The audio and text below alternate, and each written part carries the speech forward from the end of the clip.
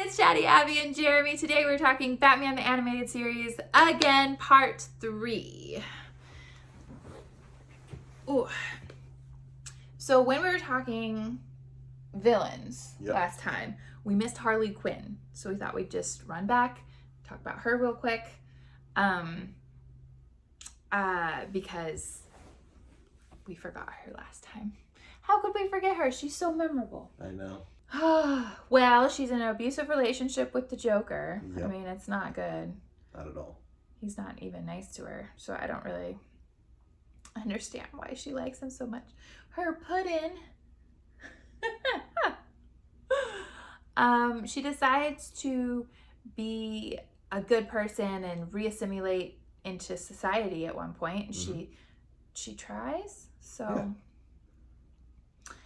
I mean, when you're watching a different episode that we're not talking about today, she shows up and she dresses up as a DA, as a lawyer, and gets a guy out of jail. And she looks so normal and she behaves so normal for that whole period of time. And then as soon as they leave, she gets in the limo and she changes back into her costume and the makeup and everything. And she's a clown girl again. But when she decides to reassimilate into society, she doesn't do anything. She's not looking professional. She's looking kind of cutesy and girly, and she's wearing roller skates, I believe, around, and she's... walking her hyenas. Yeah, that's the main issue. Is that for some reason she adopts in a couple pair of hyenas, which I don't think you can even do. Well, she had the hyenas when she was with the Joker. Those are his hyenas. Oh, that makes more sense. So he adopted hyenas, and she became the primary caretaker of the hyenas, so she got them when she got out. Are those the hyenas that he, sicks on somebody? Yeah. When he was mad at them for asking a dumb question? Yes. Those are the same hyenas. That was so dark, because that was in the other category, but I'll just talk about it real quick. He's like, how dare you ask a dumb question? And his hyenas just attack somebody, which, a dog attacking you, that's bad. Mm-hmm. We had a dog when I was younger that didn't like our neighbor, and we had to put him down because he bit the neighbor kid. And it's one dog bite, he had to get stitches. It was bad, but hyenas are big dogs with even sharper big teeth. I mean, I don't know if they're bigger and have a worse bite than a bulldog or something. Our dog that we had to put down wasn't a bulldog. Well, maybe she was half bulldog. I don't remember. But yeah, and they did it off screen because it's a really clean show. You could have little kids watching it, and they would totally miss that something awful just happened because they kind of allude to it. So you have to be paying attention, and an adult, to know that he just sicked 2 hyenas on his henchman. And then Harley's like, I'm gonna go get a mop. I thought he was dead, but then they show him later with a couple of Band-Aids on, and he's like, oh yes, boss. And you're like, that's really playing down what you just said the Joker did. That's so dark and evil. For some reason that just really hit me, and I was just like, oh. And she's just standing there, and she's just watching it, and she's like, well, I guess I'll get a mop to clean up all the blood. Anyway, so when she's free, she's got these hyenas still. Mm-hmm. That makes a lot more sense, because I was like, why did she leave Arkham and adopt hyenas? But if you'd already been raising them and feeding them and everything, they're her pets at this point. So she's walking them. They're a bit out of control. They were used as attack dogs. It's not she has these tame wild animals. No, she has wild animals on the end of leashes while she's on roller skates. I think she's on roller skates. And so everybody's just really disturbed by this because that's really, really strange. But she's been in such a really strange place for so long. She doesn't know how weird she's being. It kind of, to your point, as she's getting out of Arkham, Batman and Robin are bringing in the Scarecrow, and he's ranting her even, I am the god of fear! Worship me! Bow down to my greatness! Oh, hi Harley! Worship me! Worship me! Worship me! And that's her normal. So she's like not like able to put together why she's out in society, why everybody's being weird about her being there. And she decides it's her outfit. I knew this was a bad outfit to wear, because she's wearing a normal outfit for the first time in forever. And so she's like insecure being out of her clown costume, which that's like a really normal thing, especially for girls. I don't know if it happens for guys as much, but we really get wrapped up in our identity of how we look.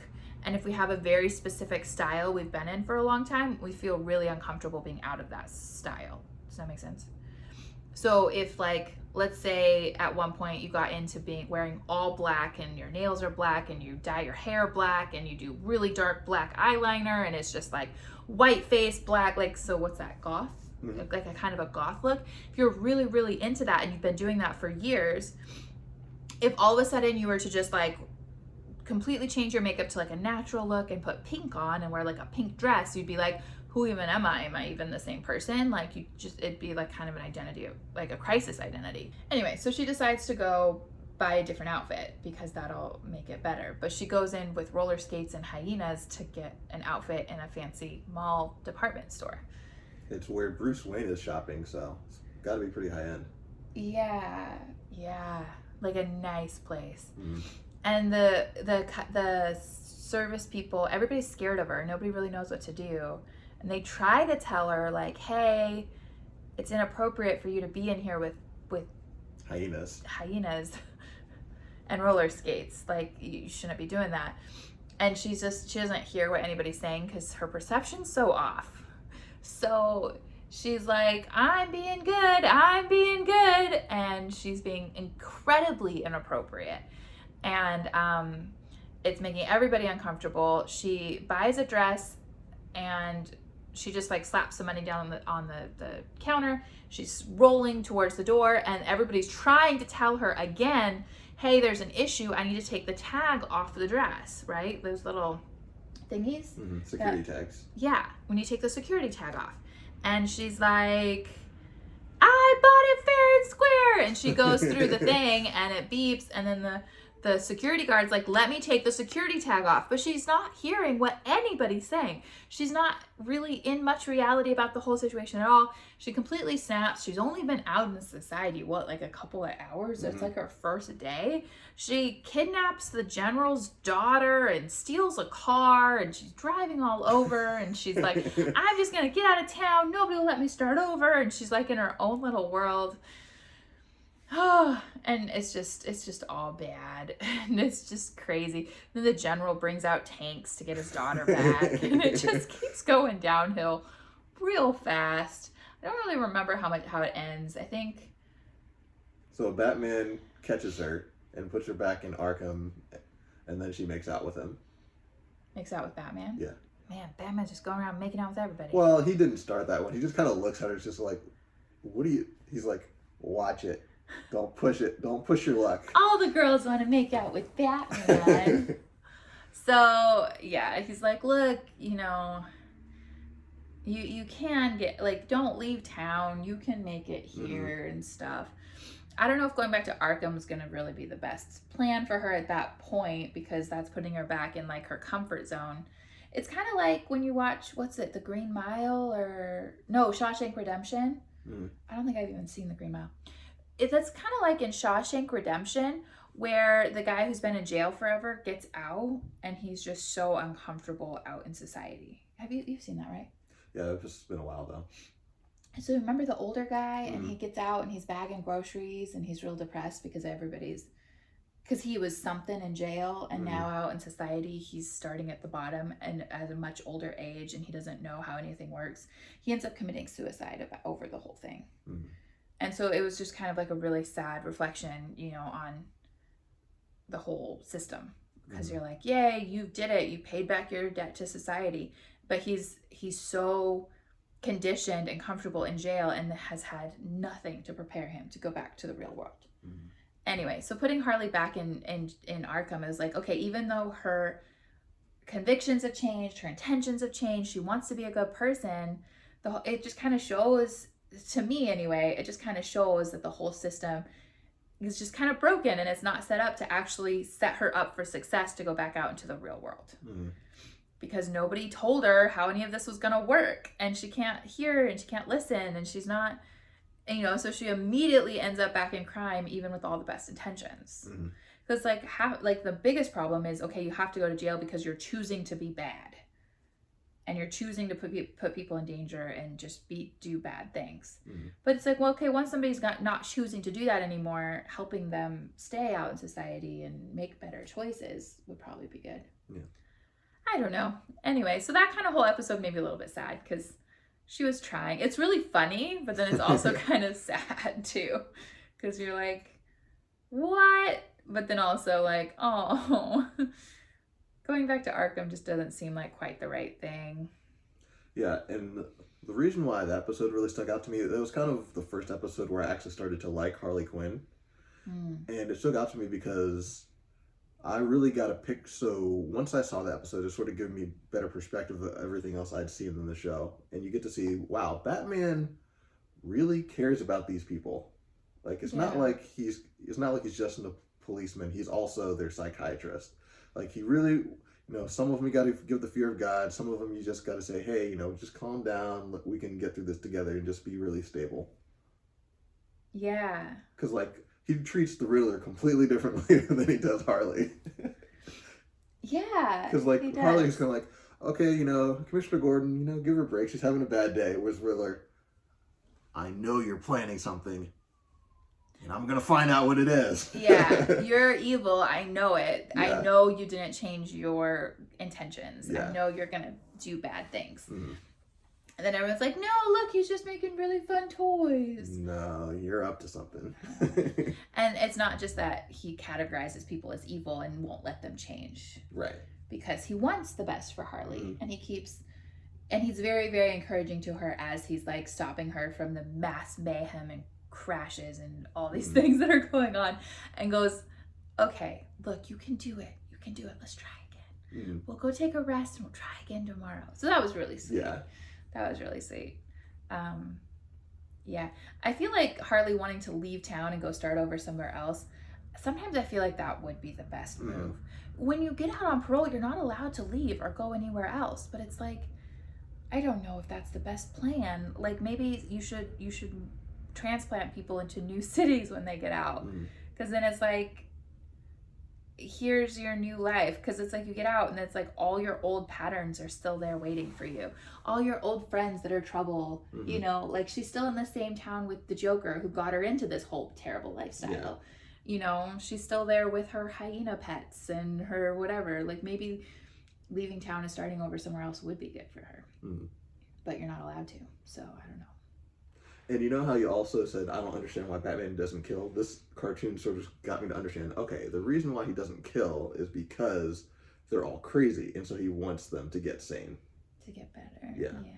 He's like, you know, killing you would solve the problem, but I care about you too much to take away your life when you could have another chance.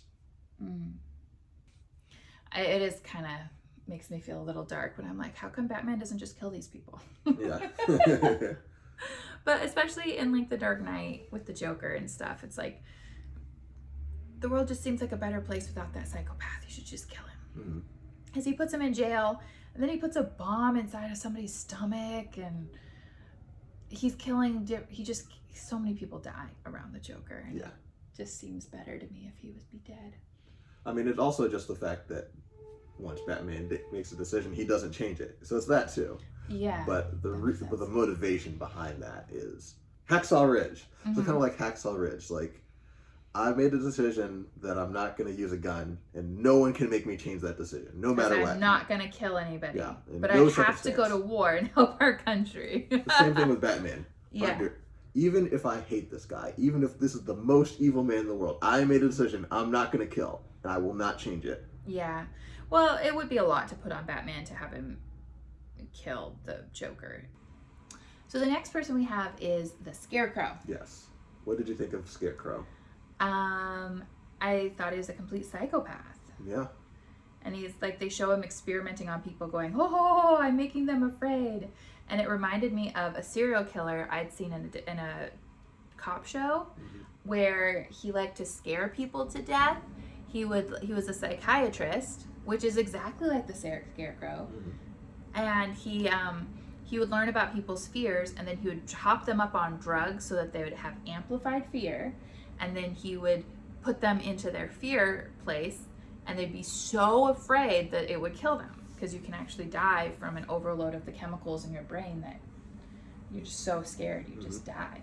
And he thought that was really fun, so he liked to kill people with their deepest fear. So like if they're afraid of spiders, he'd put them in a room with spiders, or bury them alive if they were claustrophobic, that kind of thing. It was real bad. And that's exactly what the Scarecrow does. He likes to drug people to make them really afraid, and then watch them be really afraid. They didn't really take it to that level if he likes to kill people with their biggest fears. But he definitely likes to scare everybody. And he's like, his whole big plan is always like, I'm gonna do an experiment where I'm gonna make the whole city afraid, everybody at the same time. Let's see what happens. You're like, that's not an experiment. What are you talking about? You're just crazy. You just like it when everybody's afraid. And you like the pain and suffering that brings because you're a psychopath. So there's a few different fear responses. It's like if one person's afraid, they might attack what they're afraid of. And then there's like a fear response of freezing, and then there's a fear response of running away. So Batman, if he gasses a whole room, if the Scarecrow gasses a whole room, and the Batman will immediately be really scary to everybody. There's a portion of all the people that start attacking him because they're like, ah, what are you? Ah! And then, there's a portion of people that are like, and then the other people that are like, ah, and like running to like the corners. So anyway, I thought that was a really interesting premise for a villain. Okay. Any other thoughts on Scarecrow?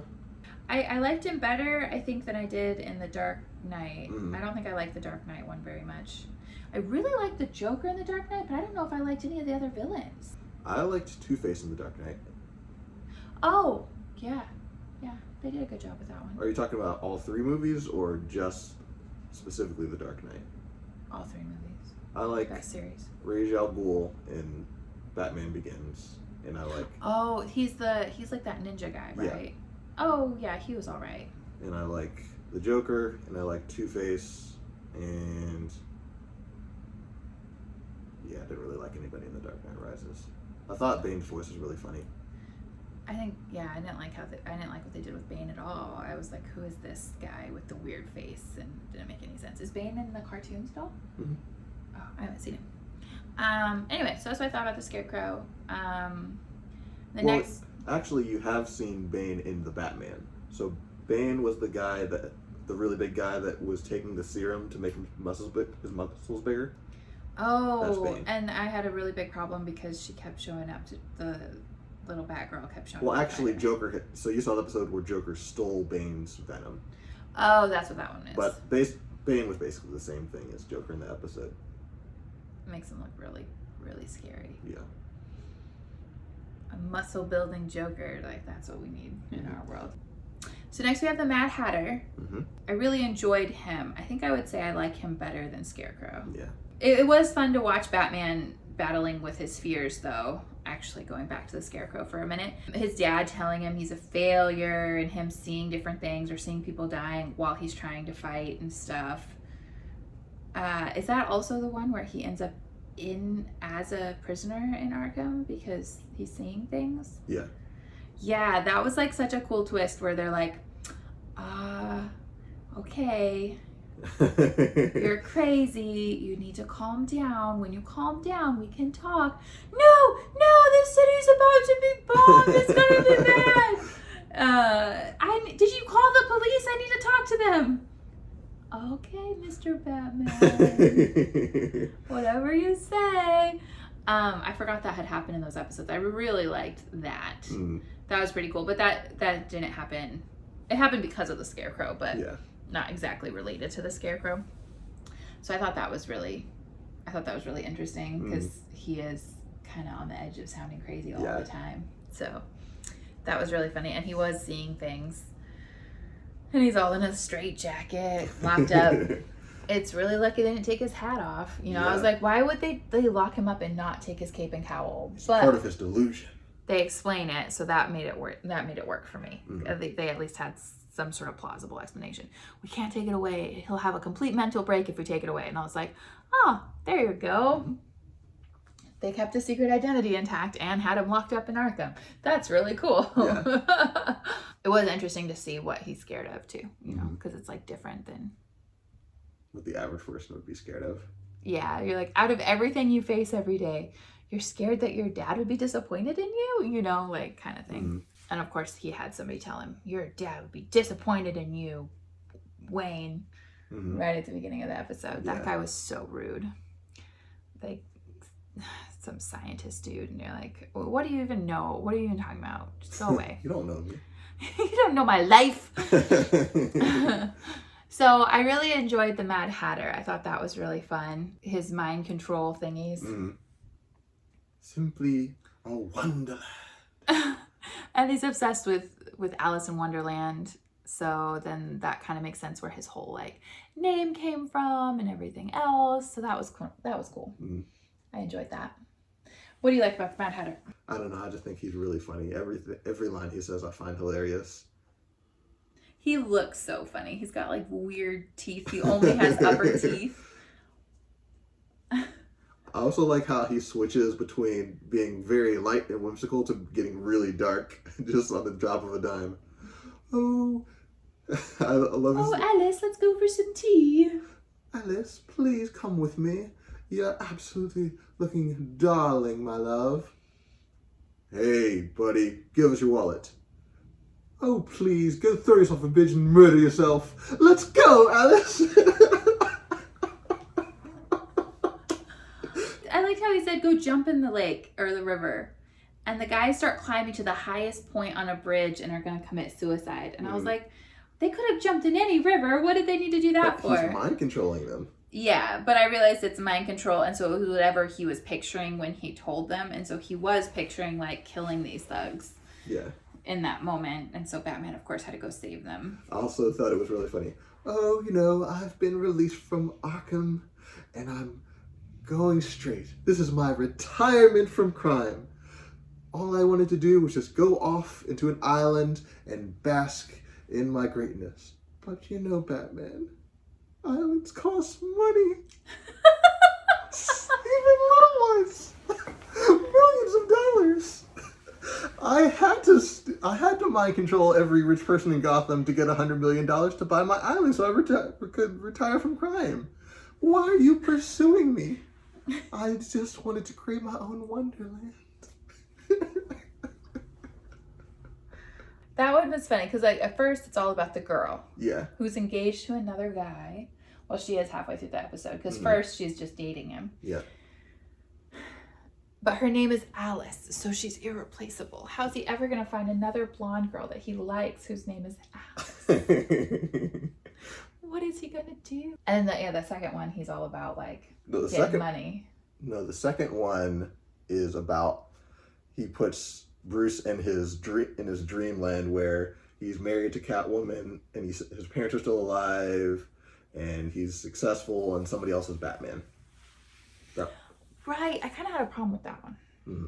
What was your problem with that? This. Okay, I really liked the whole episode until they explained what it was at the end. I felt like it didn't really quite make sense. I was like, okay, sure. Oh, Batman, if only you just believed my delusion, you could have been happy or something. I mean, that kind of made sense, but like why and how he was putting him under just didn't make very much sense to me. Mm. But I did like seeing Batman's ideal delusion where he has Catwoman, of course. Yep. Because of all the women who randomly kiss him, that's the one crazy woman he really likes. Yep. And then his parents being alive and there being no Batman. No, there was Batman. It just wasn't him. Oh, there was a Batman. Right. Yeah. So he doesn't even need to worry about crime in Gotham because there's already Batman taking care of it. He just needs to go to meetings and decide how to spend his money. Mm-hmm. Stress-free life. Nice, easy, everything's golden life. And then he was really upset when he couldn't read because that meant that it was all a dream. Yeah. Yeah. Which is funny because a different show we were watching, they had the exact same fact come up. Like, you can't read in a dream. I'm pretty sure it's a real thing. It was a really cool episode. It's just when it ended, I was kind of like, I just don't feel like it made very good sense to me. Mm. Did it make sense to you, though? Yeah, I bought it. I mean, he's obsessed with Alice in Wonderland, so he's just obsessed with creating Wonderlands. Like, he created a Wonderland in the first episode, which was directly the Wonderland from Alice in Wonderland. Also, he just happened to have Batman completely under his control in a dream and didn't take his mask off to find out his secret identity. All right.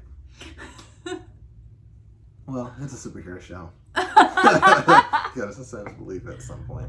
Yeah, so the ending of that one, I had to suspend belief. Mm-hmm. And then he steals a bunch of money from all the rich people by hypnotizing all of them with these little toys. Yep. That one was fun. Yeah. And then my favorite Mad Hatter episode, he goes to Arkham and mind controls all of the therapists and prison guards and takes over Arkham. And so now it's like all the crazies and baddies all in one spot, and they're all going to control, like they're all gonna just do whatever they want. Mm-hmm. And they decide together that they're gonna take down Batman. And that one was so fun. Yeah. Because at the beginning you have a new DA and she's mad at Batman and she's telling everybody how really the main problem with Gotham is the Batman's vigilante stuff. Yeah. Batman is creating these villains. It's his fault.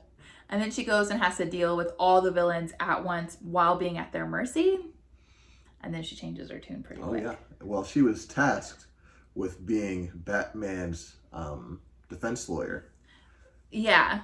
And Joker's the judge. Mm-hmm. And Two-Face is the prosecution. Mm-hmm. And the ventriloquist is... the bailiff. And then everybody else is all in the jury / witnesses. I like how the jury is also the witnesses. That's not legal. And then she's like, why would I defend him? I don't like him. Like, if you don't win, you both die. And she's like, oh no. So she's gonna like defend him. And then, objection, your Harley Quinn is influencing the judge. And she's like petting the Joker. Puddin'.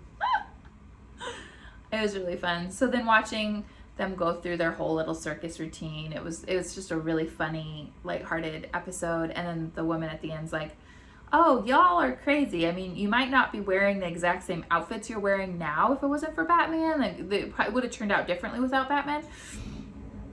But y'all would have been crazy, psychopathic, dangerous to societies with or without Batman, because that's just who you all are. Mm-hmm. And so she changed her tune by the end of that, and then of course they get out. I really love how they said, so given all the, because she basically destroys every witness, because she's a really good lawyer, so she basically gets every single witness to admit, oh wait, it wasn't Batman's fault, it's really my fault. And then at the end, the whole jury who came together to make this fake little trial to condemn Batman all say, well, he's not guilty, which is like such a cute twist ending. And then they're like, we're gonna kill him anyway. Well, it turns out Batman's not responsible for our craziness. But since we're all just depraved, terrible people, we've decided we're gonna kill you anyway. And she's like, what? That's not fair. And they're like, we're criminals. We don't follow your rules. Why do you think we follow the rules we set out for ourselves? Like. And I thought it was really funny that they did sort of follow the rules. Well, is he guilty or not? Yeah, you're right. He's not guilty. Killer! So that one was really funny. I think out of the whole this whole section we were going through, which is Jeremy's section on Batman Faces His Fear, I'd say that one was my favorite. That's such a cute episode. I've also realized that my heading for this section doesn't really make any sense. I kind of just made a category of miscellaneous episodes that I like. There's a few that you're really like, oh, that really is Batman facing his fear. A lot of the Scarecrow episodes, you know, different things. Who's next? Do you remember? Mr. Freeze. Mr. Freeze. I didn't like Mr. Freeze. I don't know. Not a big fan. Mr. Freeze is very dark. Yeah. So I think the reason why I liked Mr. Freeze, so I didn't like the first episode about him as much. I was just sort of to introduce him. But I think what I like so much about him in this show is just how different he is from the Arnold Schwarzenegger version. Arnold Schwarzenegger's Mr. Freeze? Remember Janicia said she wanted us to watch a Batman movie called let's see, the Batman Forever, whatever it's called. Batman and Robin. So in Batman and Robin, Mr. Freeze is Arnold Schwarzenegger, and all he does the whole movie is make ice puns. So then, juxtapose that with a Mr. Freeze who is a nihilist, whose only goal is to destroy everyone's dreams. Yeah, so the first episode with Mr. Freeze is like his origin story, and it's about revenge. Mm-hmm. And then after that, because his body is like frozen, Mm-hmm. I think I had the big problem with that. Like he was frozen, so now he's always like in the cold, in like a suit that's cold. And for some reason, that whole premise just kind of bugs me. It makes my body feel icky and like tingly. Because I'm like, oh, like, could you imagine? And it's just like awful. Well, that's why he's a nihilist, because all that pain has made him numb to pain, emotional and physical. Yeah, and so he's got like a robot voice, and he's like in a robot suit, so he can just be cold all the time. Mm. And then he loses his whole body, and by the end, he's just a head. Yep. Ugh. I think that whole concept just makes me kind of shudder. That's why I found it so interesting, because it's kind of like, wow, that's really bad. That's rough. And so he's basically, you know how Jordan Peterson talks about how people become psychopathic because, you know, they feel like they have no control of their life and they have so much pain in their lives and this way that they feel like they just want to stick that pain onto other people. Mm-hmm. That's kind of what Mr. Freeze is. Yeah. It's kind of like, there's no value. I think it's because I found Mr. Freeze scary for the first time, is why I really liked it. Yeah. Ugh. Actually, so also, I found him disturbing. In Batman Beyond, he ends up reforming. Oh, so of course you would like that.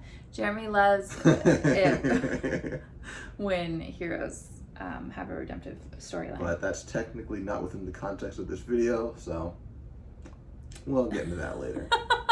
That's not within the context. That was not within the parameters of this video. Yeah, so I found him hard to watch. Mm-hmm. And then he goes and starts destroying things that people really, really care about in the second one of Mr. Freeze, third one? Second one. Just because he's miserable and unhappy, so he's like, let's spread that around. And he's got some hench women in like fursuits and like mini skirts, which I just found really funny. I don't know about that. And yeah, so he shows up to ruin Bruce Wayne's life too, and freezes Alfred, who turns out to be fine and everything. Those ones were just kind of heavy for me. They're not funny. Yeah, they're not funny at all. No, they're quite pretty sad. Dark. Yeah, and he's sad, like one of his henchwomen gets stuck in one of his freeze blasts, and she's going like, no, does that happen in both or just the first one? Where the first one of his henchmen gets caught in one of his ice blasts, and the other henchmen are like, come on, let's help our buddy. Leave him. It's his fault. He's not being his careful own enough. fault. Yeah. And he had henchmen in that one, yeah. And then he had henchwomen in the second one, and her foot gets caught in the blast. Yeah. And it's like, that also made me shudder, because before when people get frozen in ice, because there's like a lot of ice villains, right? Mm-hmm. Or ice heroes, like in Incredibles. Yeah. Frozone. You never like think about people being hurt by being swallowed in ice. Yeah, like I've never thought of that. They don't treat it like a real thing when they usually do it in superhero cartoons. It's more like, oh, you're stuck, ha ha. Whereas with his freezy icy blast, it comes across really different. Because the second, he covers a skeleton that this woman, the scientist, really cares about in ice. and it crushes all the bones and they just crumble. Mm-hmm. And then later that same episode, you see her leg get swallowed in ice and she falls and goes, ah, help me. And you're like, my brain, at least for me, goes to, did it just completely crush her leg then in the ice? Like, is she just completely crippled now? Did she lose her leg? She probably will lose the leg, but she's not, I don't think her bones broke.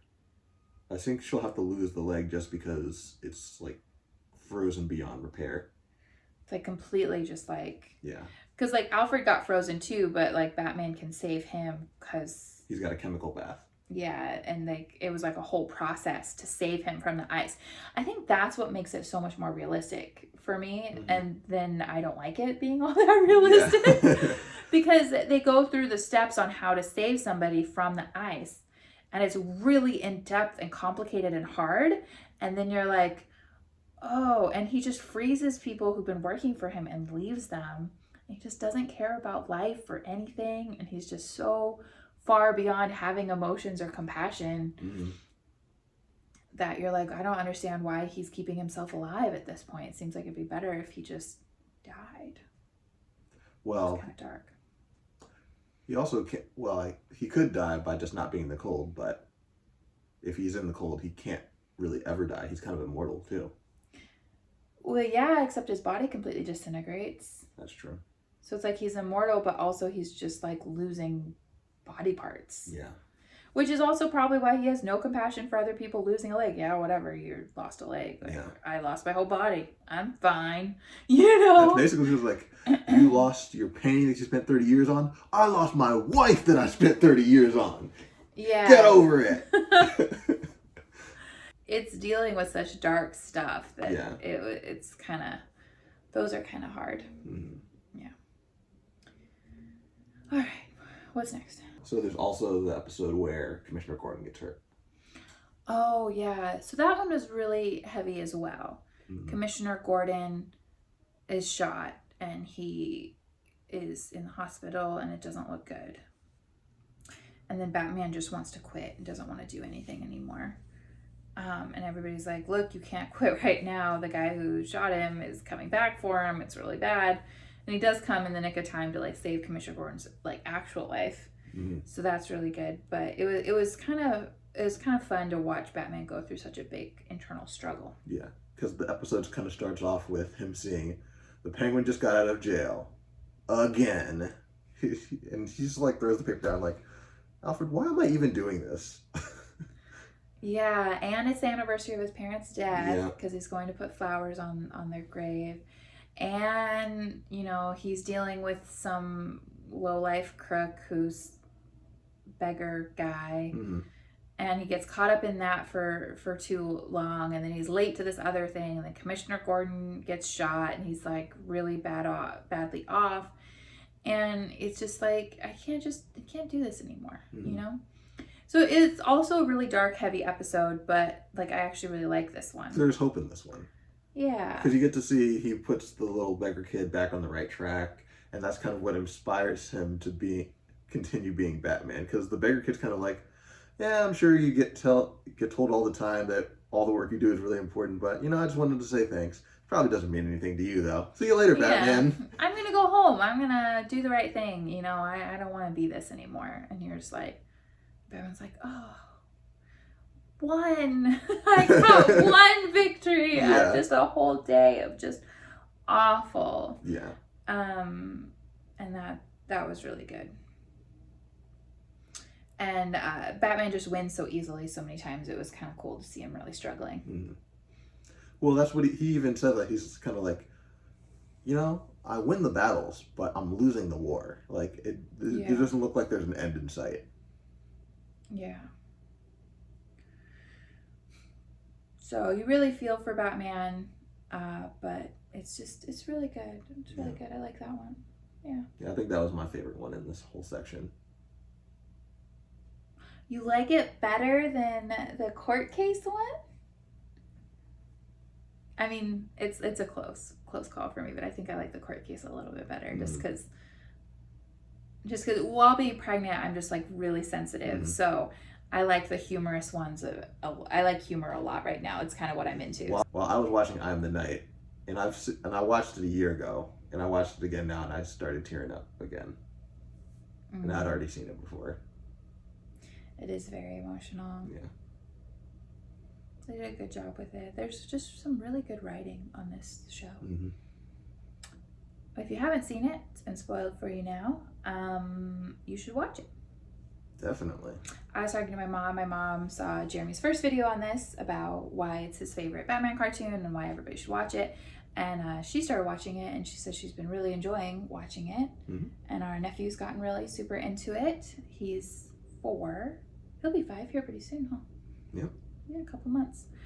He's really into Batman now, too. No, I think he's 5 turning 6. Is he? I think so. Oh, man, getting old. So that's been really encouraging for us, that seeing that our opinions on this has like influenced somebody. Yeah. Us doing this video has caused me to try watching them, and I really like them. So if at this point you haven't watched them, take a minute, watch some of these good episodes, and see if you're in the mood for more. Anyway, I concur. thanks for watching. Bye.